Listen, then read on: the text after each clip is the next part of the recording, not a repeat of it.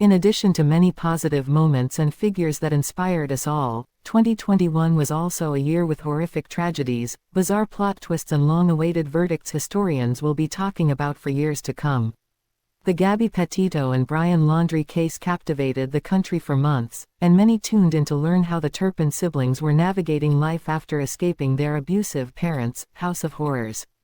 Fans were shocked to learn that Lady Gaga's dog walker Ryan Fisher got shot while walking her dogs, and millions held their breath as 12 jurors had finally reached a verdict that convicted Derek Chauvin of all charges in the murder of George Floyd.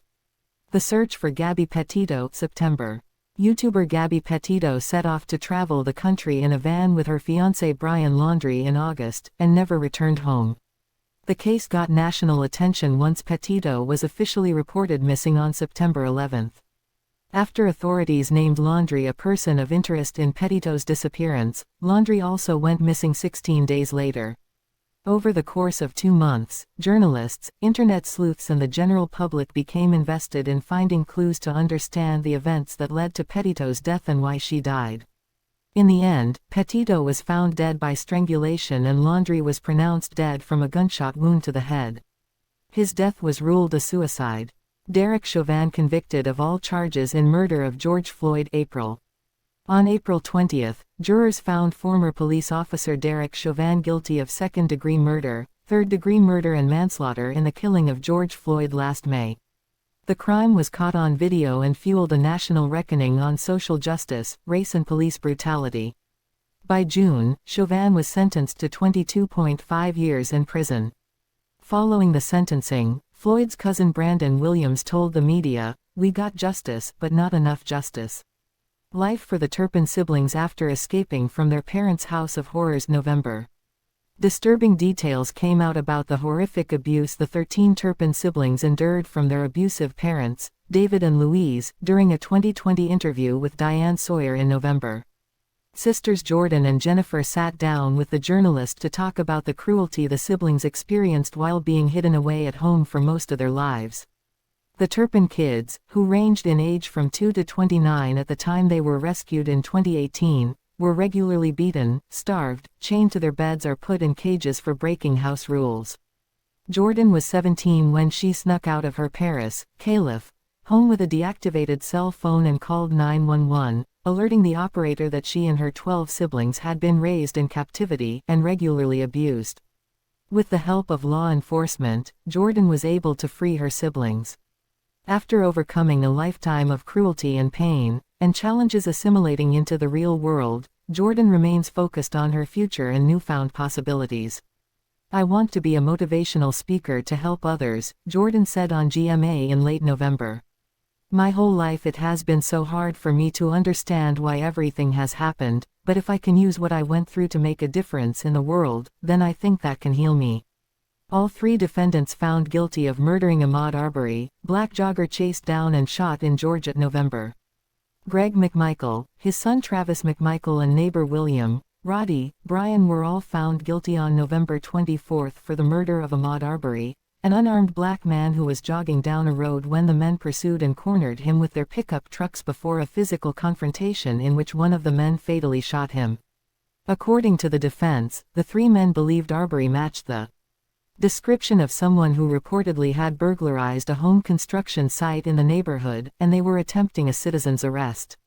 Arbery was killed on February 23, 2020. Prosecutors allege the white suspects chased and confronted Arbery with 2 firearms after they saw him running, and that Travis fatally shot Arbery during a struggle over Travis's shotgun. Each faced 9 criminal charges, according to the indictment. All 3 now face life in prison when sentenced. Lady Gaga's dog walker Ryan Fisher was shot and critically injured while walking the singer's 3 dogs, February. Lady Gaga's dog walker Ryan Fisher was wounded during an armed robbery in which the singer's 2 French bulldogs were stolen on February 24.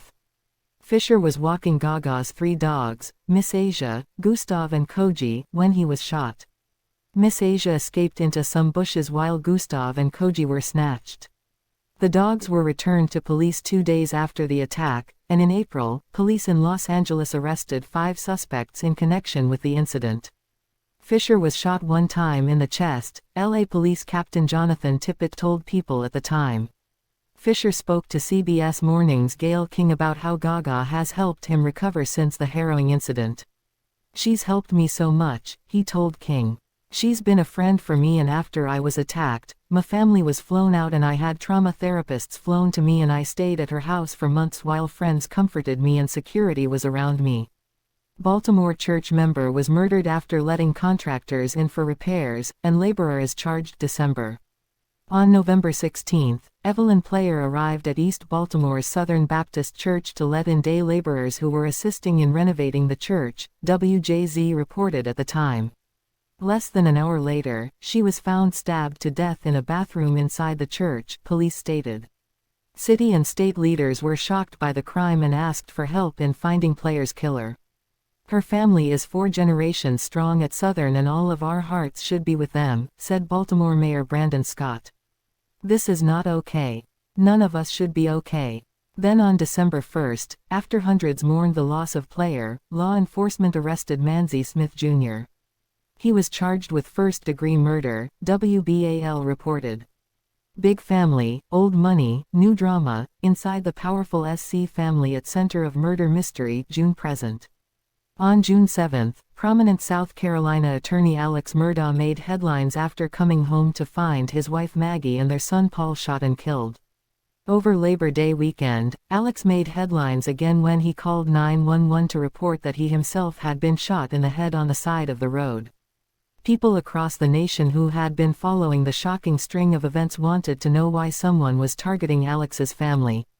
On the heels of several twists and turns in the case, Alex being pushed out of his law firm for allegedly misappropriating millions of dollars in funds, the death of Alex's 81-year-old father Randolph Murdaugh just days after his wife and son were murdered, and a 2019 boating incident that led to Alex's son Paul's arrest following the death of 19-year-old Mallory Beach. The story got even more surprising when Alex turned himself into the police following an alleged botched suicide-for-hire plot involving himself and Curtis Edward, Eddie, Smith, who allegedly assisted with Alex's attempt to commit suicide for the insurance money. 13-year-old cheerleader Tristan Bailey was allegedly stabbed 114 times while fighting off killer, authorities May. A day after Florida teenager Tristan Bailey's body was found in the woods near her home in St. John's, the St. John's Sheriff's Office arrested Aiden Fucci, 14, who grew up in the same neighborhood and went to the same private school. Bailey was found to be stabbed 114 times, with at least 49 stab wounds to her hands, arms and head that were defensive in nature, R.J. Larizza, state attorney in the 7th Judicial Circuit, told reporters at the time. Fucci was initially charged with second-degree murder in connection with Bailey's death, which took place on May 9. But in late May, State Attorney R.J. Larizza announced he had upgraded the charge against Fucci to first-degree murder and said the teen would be tried as an adult. Fucci has pleaded not guilty and is being held without bond while he awaits trial. Laritz's office released 12 reports from investigators and the county medical examiner to Fucci's defense lawyer, which made the information public and revealed more about what allegedly transpired the night Bailey was killed. The new information included detectives finding bloody clothes and sneakers in Fucci's bedroom, a notebook of his with drawings of a violent nature, 2 of Fucci's friends telling investigators that Fucci told them, on multiple occasions, that he wanted to kill someone by stabbing them or slitting their throat, and another one of Fucci's friends telling detectives that Fucci had said, if he were to kill someone, it was going to be planned. He would find a random person walking at night, drag them into the woods, and stab them. According to the medical examiner's report, there was no evidence of sexual assault. However, Bailey's body did have the word, karma, handwritten in blue ink on her left ankle and a smiley face drawn on her right ankle, according to the report, which does not state how it got there. Fucci's public defender declined to comment when reached by People. Bailey, a cheerleader at Patriot Oaks Academy in the St. John's suburb of Jacksonville, was remembered by thousands of people at a vigil on May 18. Her family issued a statement at the time, saying that they will seek to keep Tristan's memory alive and the spirit of the community, USA Today reported. Man charged with murdering woman by knocking her down NYC subway stairs, November. David Robinson, a man from New York, was charged with murder and 2 counts of manslaughter in the death of 58-year-old Twathan, according to the New York City Police Department in November. Robinson was accused of attacking the woman and her son in July in what her family called a botched robbery turned lethal. According to Than's family's GoFundMe, on the morning of July 17, she and her 22-year-old son were walking up the stairs of the Canal Street subway station when a man approached them, WCBS reported at the time. As the assailant tried to take the son's belongings, then intervened and fell down the stairs, suffering a serious head injury. 2 weeks later, she died of those injuries. Mary Kay Letourneau wrote nearly 30 letters to family, friends before death. She had wrongs to right, October. Before her death in 2020 from stage 4 cancer, former teacher and convicted child rapist Mary Kay Letourneau wrote a series of letters to friends and family, a legal source close to the former teacher told People in October. She had a lot of wrongs to right, said the source, who knew Letourneau for more than 20 years and received a note from her.